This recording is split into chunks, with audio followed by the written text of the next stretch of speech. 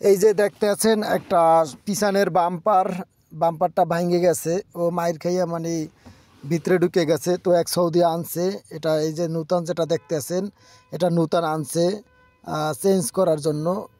পুরানটা খুলে তারপরে নূতনটা লাগাইতে হবে এবং সব মাল জিনিস লাগাইতে হবে।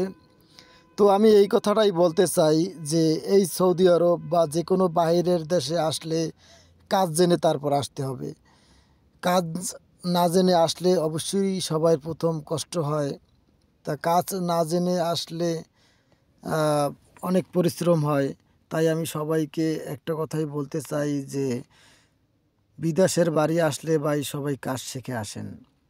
আর এই ভিডিওটা সবাই শেয়ার করে দেবেন যাতে আমার এই কথাগুলো অন্য কেউ শুনে একটা কাজের প্রতি খেয়াল দেয়, একটা কাজের তাদের একটা আগ্রহ থাকে যাতে আমি একটা কাজ শিখে তারপরে বিদেশে যাই। তাহলে অবশ্যই কিন্তু সে সফলতা অর্জন করতে পারবে, তার এই বিদেশের বাড়িতে কোনো কষ্ট হবে না। আল্লাহ হাফেজ, সবাই ভালো থাকবে। কাজ শিখে আসতে হবে।